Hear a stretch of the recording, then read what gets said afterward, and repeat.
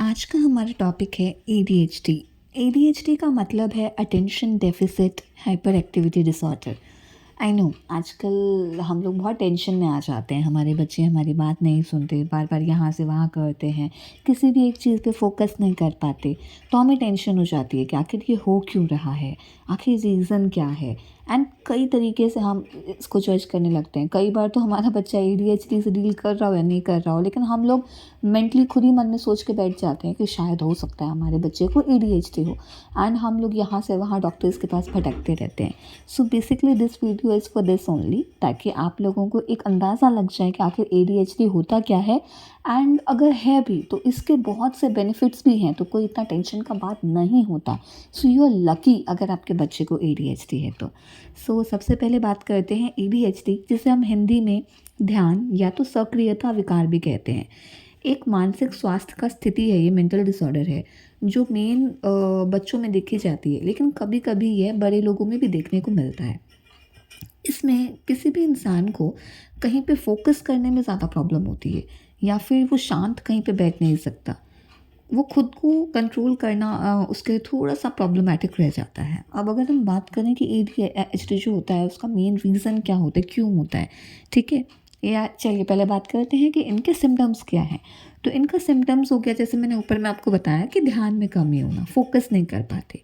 ADHD वाले जितने भी बच्चे होते हैं उनका ध्यान एक जगह लंबे टाइम तक नहीं रह पाता। जैसे एग्जाम्पल के तौर पे अगर हम लें, तो अगर कोई बच्चा स्कूल में पढ़ाई के दौरान अक्सर यहाँ से वहाँ घूम रहा है, या पेंसिल शार्प कर रहा है, बार बार इधर उधर देख रहा है, नीचे की तरफ झुक रहा है, ठीक है, तो ये सारे जो चीज़ें हों, या फिर वो अपना काम पूरा नहीं करता, काम बार बार अधूरा छोड़ दिया करता है, तो ये सारे जो हैं हो सकता है कि ADHD का एक मतलब सिम्टम हो। दूसरा होता है कि हाइपर एक्टिविटी होना है ऐसे बच्चों में। मतलब ये बच्चे एक जगह पे कहीं पे स्टेबल होकर बैठ नहीं सकते थोड़ी देर भी, बहुत चंचल होते हैं, बहुत शरारती होते हैं।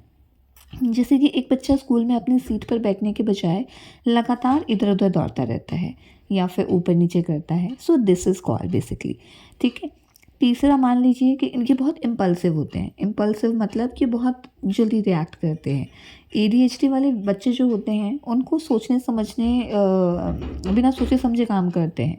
जैसे कि अगर एग्जांपल ले लें हम, तो कोई एक बच्चा अपने फ्रेंड्स के बीच में बैठा है और बातें हो रही हैं उन सभी के बीच में, तो बार बार इंटरप्ट कर रहा है, उनकी बातें पूरी नहीं होने दे रहा, ठीक है। या तो वो बिना कुछ सोचे समझे कुछ भी खरीद के ले आया, ठीक है, या कुछ भी मतलब उटपटांग चीज़ें वो कर रहा है, कोई मतलब नहीं है किसी चीज़ का, लेकिन still he is doing that.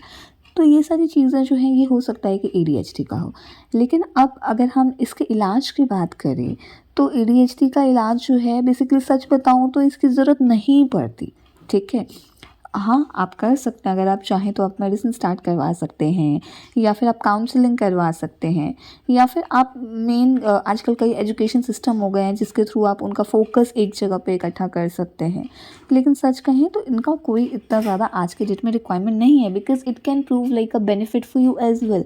ये एक भगवान का समझ लीजिए, अगर आपका बच्चा एक्टिव है, ठीक है, तो इसको आप क्यों ख़राब कहना चाहेंगे। पहले के ज़माने में कहा जाता था, वैसे भी कहते हैं कि बच्चे जो होते हैं वो शैतानी के लिए ही बने होते हैं, उनका काम ही है कि वो शैतानी करें। अगर वो नहीं करेंगे तो क्या हम करेंगे। अगर बच्चा शांत है बिल्कुल, तब टेंशन की बात है। अगर बच्चा हाइपर एक्टिव है तो परेशानी क्यों है, ठीक है ना। अभी जो बच्चा इतना ज़्यादा हाइपर एक्टिव हो रखा है, धीरे धीरे जब वो सोसाइटी में जाएगा, सबको देखेगा, तो देखते देखते वो खुद को खुद ही कंट्रोल करना सीख जाता है। नहीं तो फिर अगर पेरेंट्स उनको गाइडेंस दें अच्छी तरीके से, थोड़ा सा कंट्रोल करें, सो डेफिनेटली वो समझ जाते हैं। अब हमें करना क्या है, हमें उनके साथ प्यार से डील करना है, हमें उन्हें एक दो बार चीज़ों को समझाना है, ठीक है। ठीक है, किसी नॉर्मल को आपने मान लीजिए एक बार बोला, उन्होंने उस चीज़ को तुरंत कैप्चर कर लिया, समझ लिया। यहाँ हो सकता है आपको उनके साथ बैठ के करना पड़े। अब अगर मैं बताऊँ, मान लीजिए अगर आपका बच्चा है and he is dealing with ADHD, and वो एक जगह पे शांति से नहीं बैठ रहे, व्हाट यू कैन डू, आप उनके साथ में, ये सिर्फ एक नॉर्मल सा प्रॉब्लम है। जैसे अगर किसी बच्चे ने कभी शांत बैठ के रहना सीखा ही नहीं, बैठना सीखा ही नहीं, तो अगर आप उसको बोल रहे हो शांति से बैठो, चुपचाप बैठो, हाउ ही कैन बी, ठीक है। तो आजकल हमने बिना बात के ही इसको एक मेडिकल प्रॉब्लम बना दिया है, जो कि एक मेडिकल प्रॉब्लम इतना है नहीं, it's just a parenting issue. तो हम क्या कर सकते हैं, हम उनको बता सकते हैं, हम उनके साथ एक स्टैचू वाला गेम खेल सकते हैं कि बेटा स्टैचू, अभी आप थोड़ी देर तक आप मूवमेंट नहीं कर सकते, ठीक है। अगर आप डायरेक्टली उनको कहोगे ही विल नॉट। सो पहले आप ये गेम खेलना शुरू करो, खुद बहुत देर तक, मान लो 1 मिनट तक स्टैचू की पोजीशन में आ जाइए, जिससे कि उनको भी लगे कि हाँ, हमारे पेरेंट्स भी हमारे साथ गेम खेल रहे हैं, हमारे मम्मी या पापा जो भी हैं वो हमारे साथ इन्वॉल्व हो रहे हैं। तो जब वो देखेगा कि वो ये भी पार्टिसिपेट कर रहे हैं, तो हाँ, मुझे भी पार्टिसिपेट करना है इस गेम में, I will be also in a statue position. तो तब क्या होगा, इससे उनको धीरे धीरे स्टेबिलिटी आएगी। जब वो थोड़ी देर के लिए 1 मिनट, 2 मिनट, 5 मिनट वो अगर स्टैचू पोजीशन में रहेंगे, तो वो धीरे धीरे स्टेबल होंगे, एक जगह पे उठना बैठना सीखेंगे। अब अगर हम बात करें कि मान लीजिए हम कहते हैं हमारा बच्चा तो बिल्कुल भागता रहता है, यहाँ से वहाँ, वहाँ से यहाँ, मान लीजिए पूरे घर में सिर्फ वो भाग ही रहा है, he can't be at one position.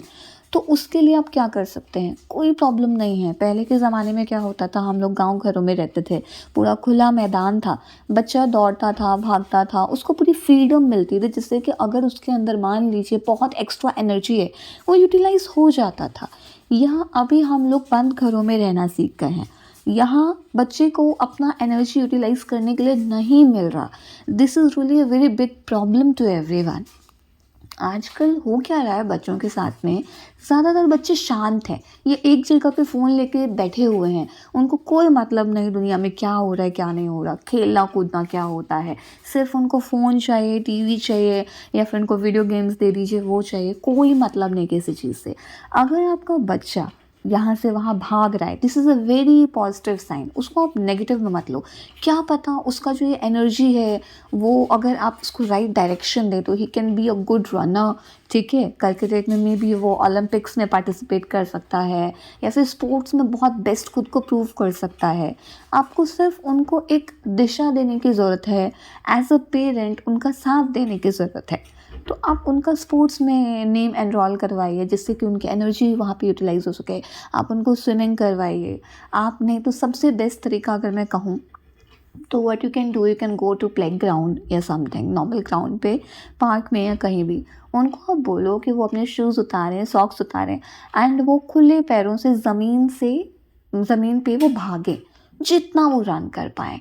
आप भी उनके साथ में रन करो, उनको बोलो कि बेटा ट्राई टू कैच मी, ठीक है। आप जब रनिंग करते हो आप धीरे धीरे करो, ताकि आप थको ना ज़्यादा, एंड उनके साथ पार्टिसिपेट भी कर पाओ।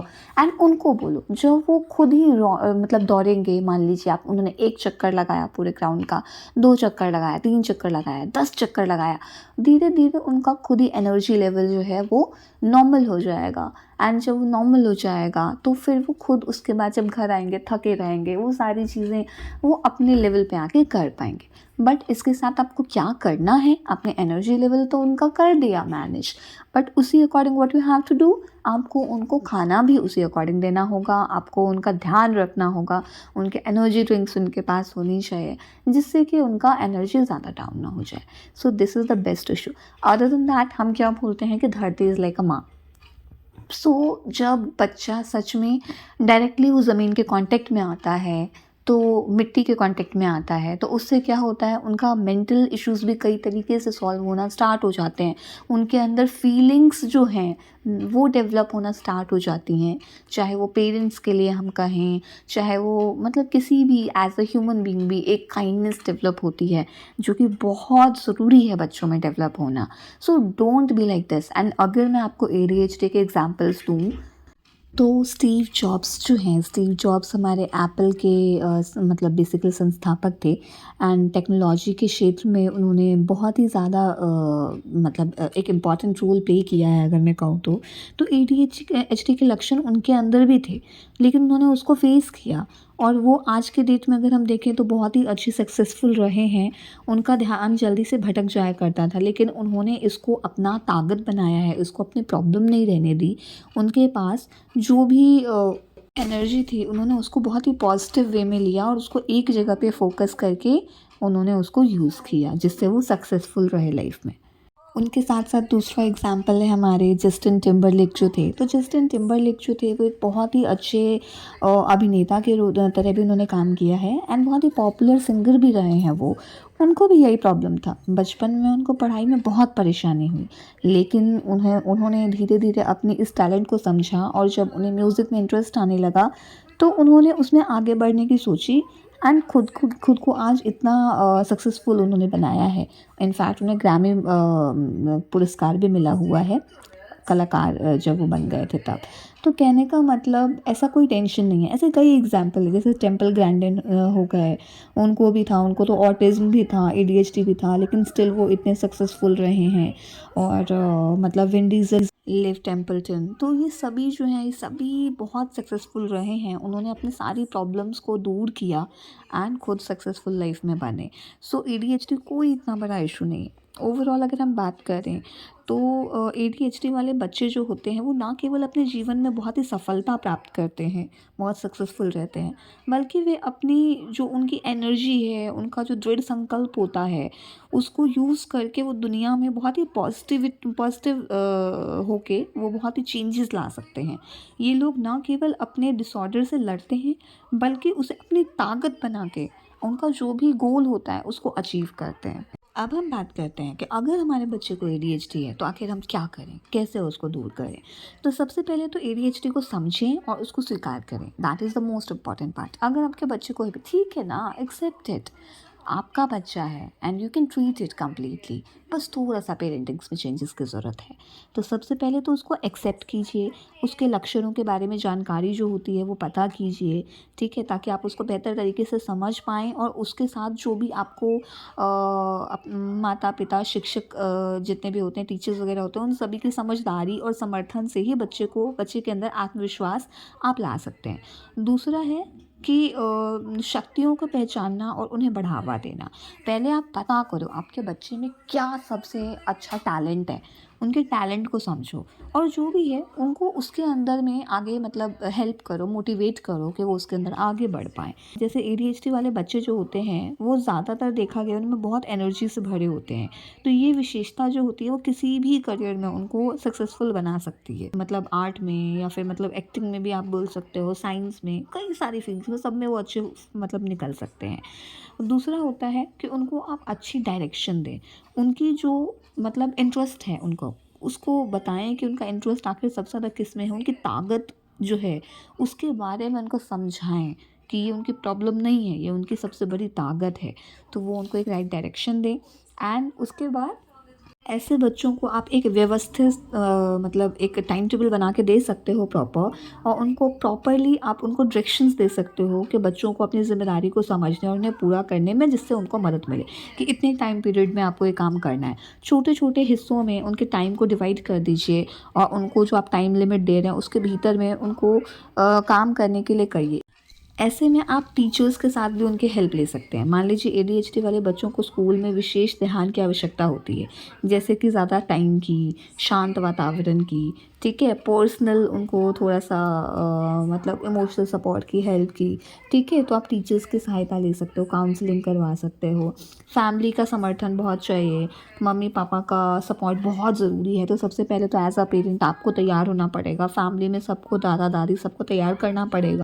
ऐसे बच्चों को आप कहिए कि मेडिटेशन ज़्यादा करें, ठीक है, जितना मेडिटेशन करेंगे, ध्यान करेंगे, योग करेंगे, तो उतना ही उन बच्चों का फोकस जो है वो बढ़ेगा। तो उनको मेडिटेशन की तरफ आप ले जाइए। That is the very good technique जिससे उनको हेल्प मिलेगा। उनको आप उनका आत्मविश्वास बढ़ाइए, उनको आत्म संयम सिखाइए जिससे उनको हेल्प मिले।